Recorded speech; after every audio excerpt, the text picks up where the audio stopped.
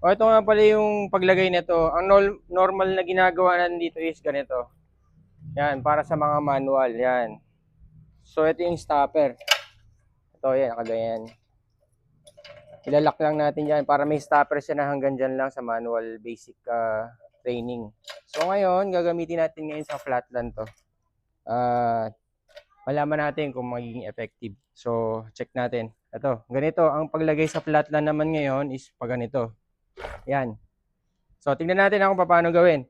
Sa ngayon, ilalak muna natin tong tire dito sa likod. Ito kasi ginagamit kong lock sa tire. Kumbaga, ito yung nag-hold. Pero sa flatland, ang naisip ko talagang kailangan may galaw siya na ganyan. Yan. Hindi siya sobrang higpit. Kaya ito, try natin ulit.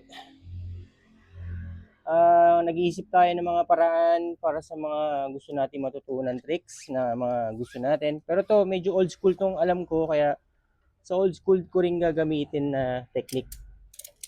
Flatland. So yung mga pinagdaanan ko na flatland dati, yan yung gagawin ko ngayon.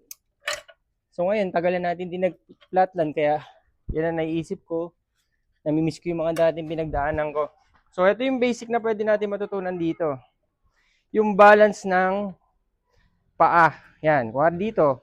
Kung sanay tayo mag-balance dito sa left, yan o, pwede natin matutunan. Yan. Pwede na rin tayo mag-practice ng kabila. Oop. So, yung mga hindi pa sanay tulad ko sa kabila, hindi pa sanay, makokontrol natin sa arm and paa. Yan.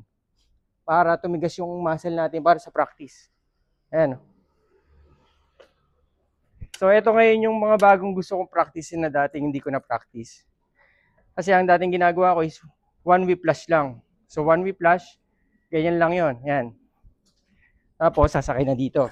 So, one whiplash. So, kung gusto ko talaga matutunan talaga noon pa, mga double whiplash or triple. So, ngayon, ito yung mga dapat nating gawin. So, ito. Ito ang technique na parang naisip ko para sa mga flatland. So, pagpitik, sa double whiplash. Ayan. Oh, diba? Nakikita natin kung paano gawin. So, ayan o. Yung, kaya may balance na pa side. Ayan, pwede yan.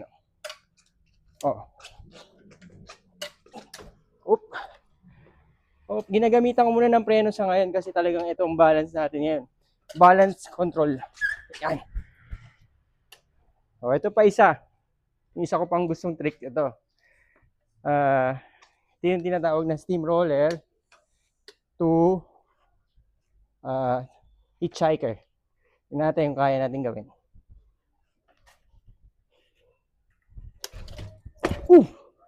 So at least yan, makikita natin kung paano gawin.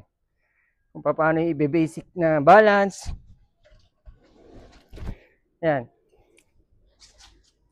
Ito yung exit dito rin. So ngayon, hindi ko pa masyado kabisado to, pero dati yung buo ko to.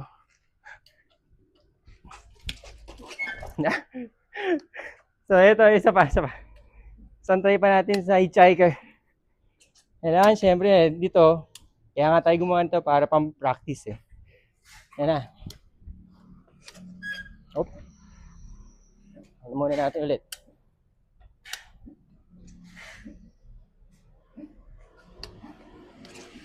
Oop. Hirap pa.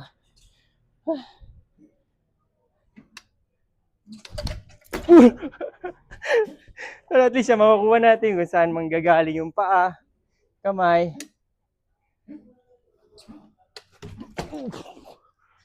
Semplang na tayo nun. Pero hindi, ito yung balance. Kunin muna natin. Bago natin mabuo yan, nandito muna tayo sa mga basic. Malalaman natin kung ano tamang balance yan. Exit natin, exit.